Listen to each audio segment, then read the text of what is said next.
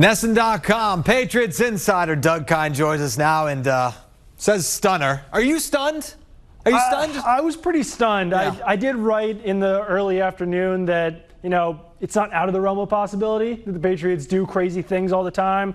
But this one did still shock me when the news actually came across my phone that, wow, Antonio Brown signing with the Patriots. Even if you do call it and say it's possible, it's still shocking. All right, what about the concern? Let's start with the negative, only because it was a crazy offseason with the Raiders. We all know that, and we'll actually pull up a timeline of events and just remind you how crazy this offseason was for Antonio Brown. He got the $30 million guaranteed all the way back in March, which seems like a lifetime ago. Shows up for training camp with frostbite because of the cryotherapy mishap, and then the helmet issue. He threatened retirement. I even forgot about that he threatened to retire because of the helmet thing. And then Mike Mayock, he said what he said on August 18th. He finds Brown, and then he says, you're either all in or all out. And then we fast forward to the craziness after that,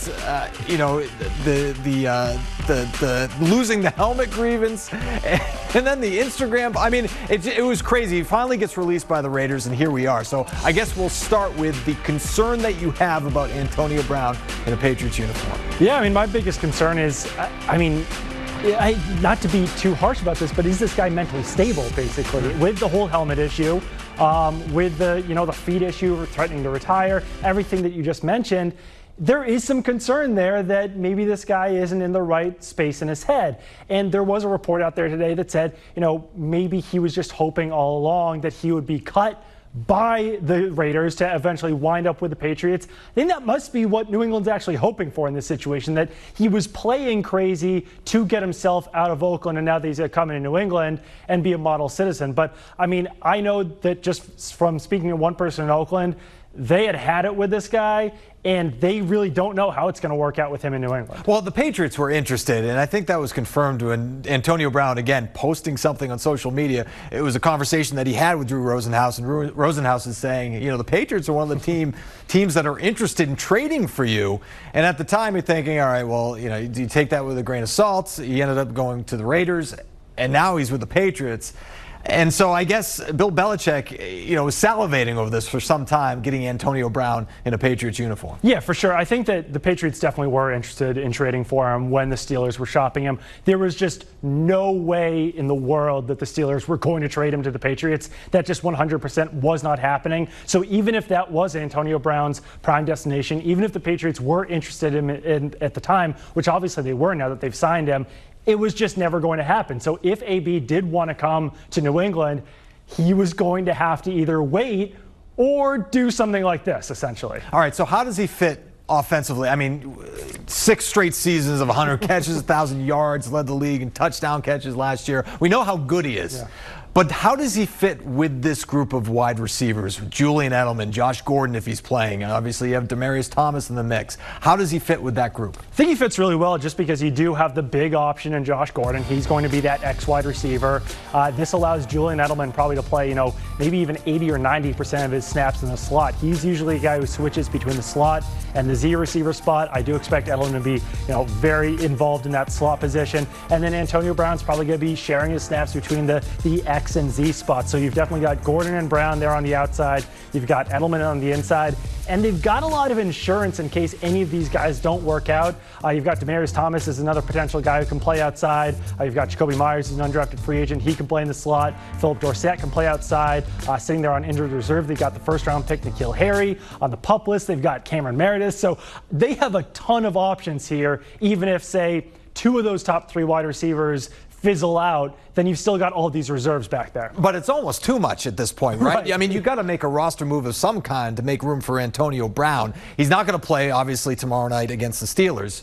So what do you do? One of those guys, are they on the chopping block right now? I think you almost have to at this point. They've got, once Brown comes in, they'll have 8 wide receivers, including Matthew Slater, and that's pretty much 2 or 3 more than they usually carry. So I have to assume that one of those wide receivers would either hit injured reserve, get cut, maybe even they're traded. Maybe a team, loses a wide receiver in week 1, then they're willing to trade for a Philip Dorsett or something. But yeah, one of those guys, either one of the undrafted free agents, Jacoby Myers or Gunnar Olszewski, maybe Demaryius Thomas, might be moved off the roster for some period of time just to make room for Antonio Brown. Or maybe they cut James Ferentz, the center, bring on Antonio Brown, and then try to figure out as the week goes on some sort of temporary move. So I looked at this, and I think a lot of people looked at this and said, all right, Antonio Brown signs with the Patriots. His agent is Drew Rosenhaus.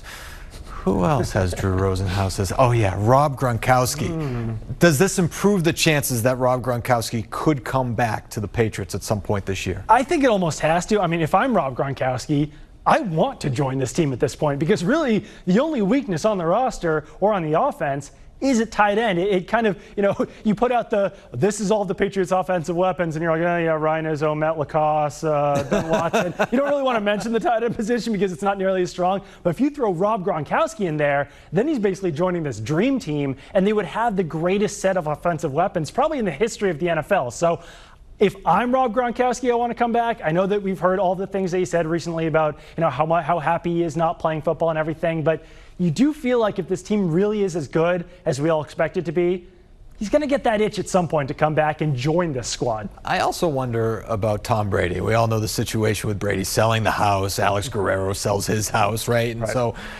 you're not sure, what his future is with the Patriots, if he's going to retire after this season, if he's going to play elsewhere, or if he's going to come back to the team. With that said, does this Antonio Brown signing tell you anything?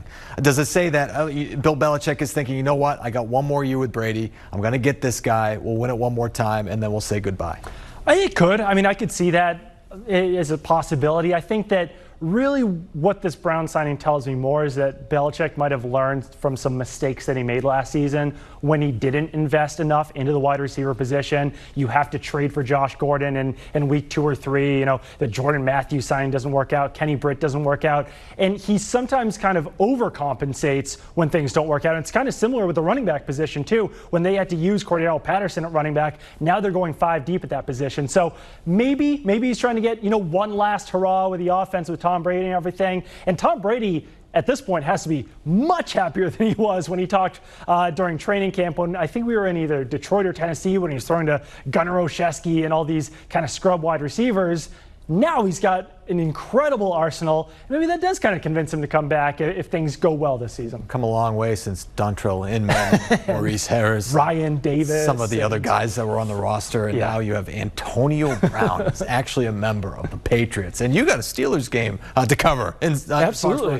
Just quickly, just look ahead to that match. What do you look? What's the one storyline that you're looking at heading into that game? Yeah, I mean it's kind of fascinating that we almost forget that you are covering week 1 of the regular season. Since you're here, we thought we talked everything. About it, right? No, absolutely. I think that the one thing that I'm really looking forward to is just how good is this defense really going to be? Because they are going to be tested against the Steelers. You've got James Conner at running back. You've got Juju Smith-Schuster at wide receiver. I know that J.C. Jackson might not think he's that great, but we all think that Juju Smith-Schuster is one of the best wide receivers in the NFL. So I just want to see how this defense stacks up. We've been talking about the offense with Antonio Brown and Josh Gordon, Julian Edelman. High expectations, though, for this defense. They could be the best defense in the NFL, and I want to see if they can come out week 1 and actually prove it. Banner night in Foxborough, and with Antonio Brown on the roster, September 2020, could have another one.